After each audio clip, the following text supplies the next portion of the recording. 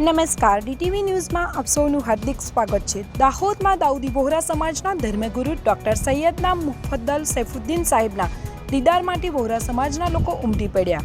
દાઉદી બોહરા સમાજના ધર્મગુરુ ડોક્ટર સૈયદના મુફદ્દલ સાહેબ ઉર્સ નિમિત્તે ગલિયાકોટ પધાર્યા હતા, જ્યાંથી દાહોદ ખાતે મોડી સાંજે પધારી કોમના લોકોને દીદાર આપી જમાલી સ્કૂલ ખાતે રોકાણ કર્યા બાદ રાત્રે ટ્રેન મારફતે મુંબઈ જવા માટે રેલવે સ્ટેશને પહોંચવાના પહેલા સ્ટેશન ખાતે ચુસ્ત બંદોબસ્ત ખડકી દેવાયો હતો, તેમજ દાઉદી બોહરા સમાજના લોકો ધર્મગુરુની એક ઝલક મેળવવા માટે ઉમટી પડ્યા હતા।